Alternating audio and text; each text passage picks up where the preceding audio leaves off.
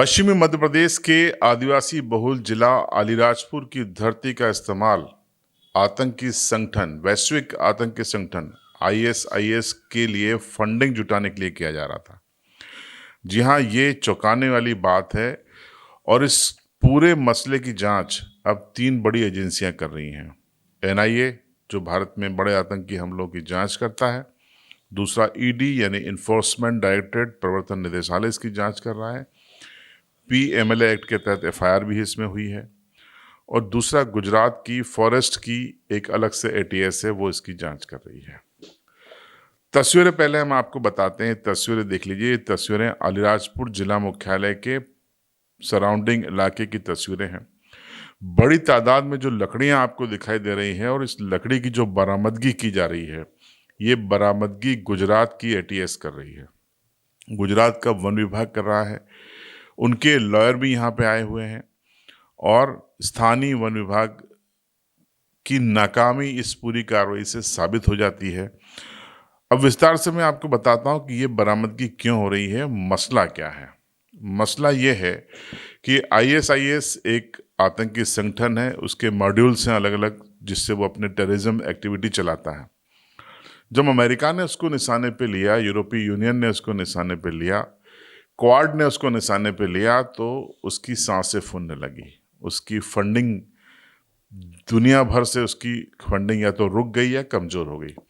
ऐसे में उसने दुनिया भर में ऐसे लोगों को चुना जो कट्टरपंथी इस्लाम का समर्थन करते हैं और जो ये चाहते हैं कि आईएसआईएस यानी कि इस्लामिक संगठन, उसको मजबूत किया जाए और दुनिया में इस्लामिक सत्ता की स्थापना की जाए। तो ऐसे लोगों को उसने देश भर में चुना, उसमें भारत में भी कुछ लोग चुने गए। गोधरा का नाम तो आप जानते हैं, गोधरा कांड के लिए चर्चित है। वहीं के 2 सज्जन हैं जिनके नाम है मुश्ताक अहमद और मोहम्मद ताहिर। इन 2 बंदों ने, मुंबई का एक बंदा और है जिसका नाम सतीश है, इन सब ने मिलके पूरे देश में खेर की जो लकड़ी होती है जिससे कत्था बनता है, उसके बड़े कारोबार का करने का फैसला किया और उस कारोबार से जो मुनाफा होगा उसका एक बड़ा हिस्सा आईएसआईएस को देना तय किया। अब जरूरत इस बात की थी कि एक ऐसा पॉइंट बनाया जाए, देश में कई ऐसे पॉइंट बनाया जाए जहां पर हम अपनी खेर की लकड़ी को डंप कर पाए, जहां के नियम सख्त न हो, जहां पर किसी की निगाह न पड़े। तो ऐसे में चुना गया एमपी के अलीराजपुर जिले को। अलीराजपुर जिला मुख्यालय के पास ही एक निजी जमीन को किराए पे लिया गया। कहा गया कि सागवान का डिपो बनाना है, तो नियम इतने लचर है मध्य प्रदेश के कि उसको डिपो बनाने की अनुमति मिल गई। तो उसने डिपो डाल लिया, लेकिन डिपो में लकड़ियां सागवान की नहीं बल्कि खैर की इकट्ठा होने लगी। खैर अलीराजपुर में बहुत कम होता है, लेकिन देश भर से लाकर उसको वहां पर डंप किया जाने लगा। तस्वीरें भी आप देख लीजिए, कितनी बड़ी मात्रा में यहाँ पर मिली हैं। यहाँ पर डंप किया जाता था। उसके बाद अलीराजपुर का वन विभाग इस डिपो से टीपी जारी करता था, ट्रांसपोर्ट परमिट, और उसके जरिए ये जहाँ भिजवाना होती थी भिजवाया जाता था। मुनाफा तगड़ा कमाया जाता था, हवाला से भी पूरा कारोबार होता था। लेकिन करीब 2-1.5 साल पहले इसका गुजरात की फॉरेस्ट विभाग की एटीएस को इसकी भनक लगी कि ये बल्क में आखिर एमपी में क्यों जा रहा है। वहाँ के अधिकारियों ने रेकी शुरू की, यहाँ तक पीछा शुरू किया। तब पता चला कि यहाँ तो डिपो बना हुआ है, वो भी खेर की लकड़ी का। तो जब पूरे खातों की और सब चीज़ों की गोपनीय पड़ताल की गई, तब ये रैकेट सामने आया। स्क्रीन पे हम आपको दिखा रहे हैं, ये ईडी मुंबई का एक प्रेस रिलीज है। इस प्रेस रिलीज में ईडी मुंबई ने पूरा खुलासा कर दिया है कि क्या चल रहा था। इस पैसे से जो कमाई हो रही थी उसका इस्तेमाल भारत विरोधी गतिविधियों, शांति के विरुद्ध गतिविधियों यानी आतंकवाद को फैलाने के लिए किया जा रहा था। हवाला भी अलीराजपुर से हो रहा था। अब आप ये बताइए, फिलहाल जो इसमें एक मुख्य आरोपी वो फरार है, वो हज के नाम पर गया तो लौटा नहीं है, क्योंकि यहाँ पर कार्रवाई शुरू हो गई थी। 2 लोग पुलिस की गिरफ्त में हैं, ईडी की गिरफ्त में हैं। एनआईए जांच कर रही है। छोटे मोटे कुछ लोगों को जमानत भी मिल गई है। अब सवाल यहाँ पे ये उठता है, पहले तो आपको ये दो बयान हम सुनाते हैं। ये एक वकील साहब हैं वन विभाग के, उनका बयान सुन लीजिए, और एक एसडीओ हैं फॉरेस्ट गुजरात के, उनका बयान सुन लीजिए। सुनिए। करीबन एक साल पहले 2024 के जुलाई महीने में एक ऑफेंस बुक हुआ था गुजरात राज्य के सूरत वन विभाग के मांडवी साउथ रेंज में। तो उसमें हमने ट्रक सीज किया था। जो ट्रक आने वाला था इधर अलीराजपुर के डेपो में, जिसका नाम है शालीमार एंटरप्राइज। तो वो डेपो में हम फिर जॉइंट ऑपरेशन किया था एट द टाइम, कि उधर में लोकल फॉरेस्ट डिपार्टमेंट भी साथ में था, और पंचनामा किया था और रेड करके ये सब सीज किया था। अभी रिसेंटली नामदार हमारा जो जिसका जुरिडिक्शन है मांडवी कोर्ट का, वो चीफ जुडिशियल मजिस्ट्रेट ने हमको हुक्म किया था कि ये जो भी लकड़ा है इलीगली तरीके से जो इकट्ठा किया हुआ है, तो ये लकड़ा मांडवी कोर्ट के अधिकार क्षेत्र में लाया जाए। तो आज हमने एक लेटर भेजा था इधर कंसर्न अलीराजपुर वन विभाग के डीसीएफ सर को, और एसपी सर को भी प्रोटेक्शन के लिए लिखा था। तो आज उसका जो ऑपरेशन है वो चालू किया है।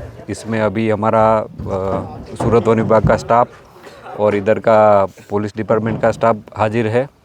अभी इधर का जो लोकल फॉरेस्ट डिपार्टमेंट का कोई स्टाफ अभी आया नहीं है, हमने इंटीमेट उनको कर दिया था।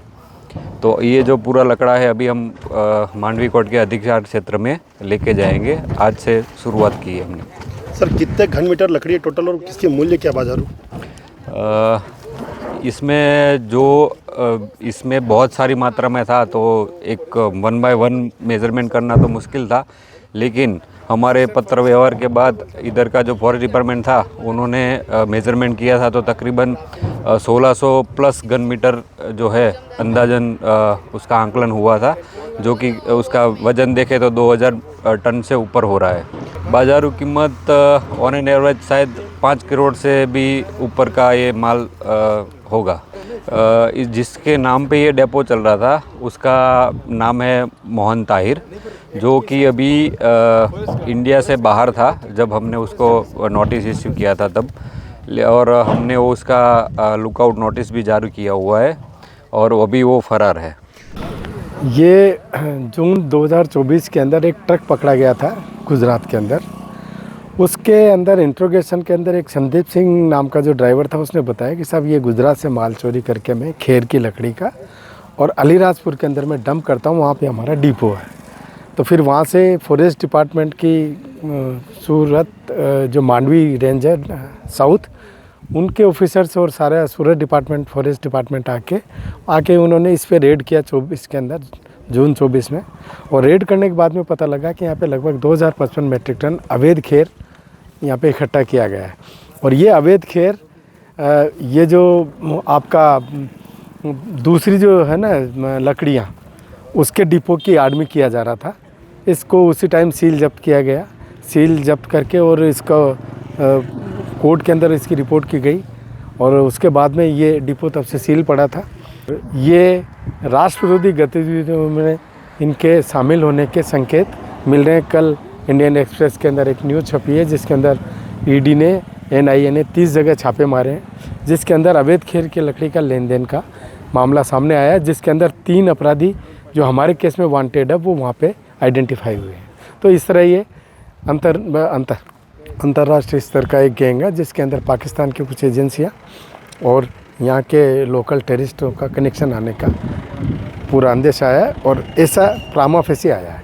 ये 7 करोड़ से 10 करोड़ के बीच की लकड़ी होनी चाहिए, क्योंकि 2000 मेट्रिक टन है। तो इसका भी बाज़ार भाव अगर हम देखते हैं तो 350 रुपये किलो से 400 रुपये किलो करीब जाता है, और तैयार कत्था 15,000 से 25,000 रुपये किलो तैयार माल इसका जाता है। ये मैनेजर तो 100% दोषी है ही, क्योंकि पूरा वो ऑपरेट वही चलाता था। उससे तो हमने हवाला के भी कुछ कनेक्शन पकड़े हैं, जिसकी भी हमने ईडी को रिपोर्ट करी हुई है, और ईडी उसकी जाँच कर रही है।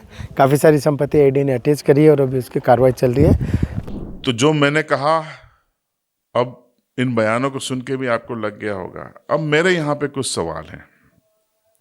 अगर अलीराजपुर की धरती पर, ये 2024 में गोडाउन सील किया गया था, जब्ती अभी हुई है 4-5 दिन पहले, यानी 2024 में सील किया गया। जब ये गोडाउन बना अब सवाल कई शुरू होते हैं। सवाल नंबर 1, अगर वन विभाग ने सागवान के डिपो के रूप में अनुमति दी तो ये खेर की लकड़ियां यहाँ पर क्या कर रही हैं? इसको देखने कौन आएगा? क्या सीएम आएंगे? ये जिम्मेदारी सीसीएफ, डीएफओ, एसडीओ और रेंजर की है। तो इन लोगों ने अपनी जिम्मेदारी क्या निभाई? सवाल नंबर 1।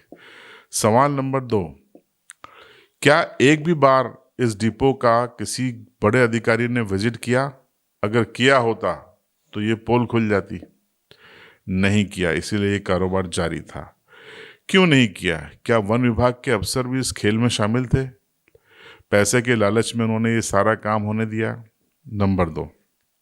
नंबर 3, क्या बिना किसी लोकल सपोर्ट के इतना बड़ा काम ये आरोपी कर सकते थे? तो ये लोकल सपोर्ट किसका था?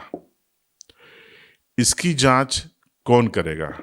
चौथा सवाल, भले डिपो वन विभाग का हो, लेकिन जो खुफिया एजेंसी हैं पुलिस की, सूचना तंत्र पुलिस का है, सूचना संकलन करने वाले हैं, आईबी के लोग हैं या फिर स्टेट इंटेलिजेंस के लोग हैं, वो क्या कर रहे थे?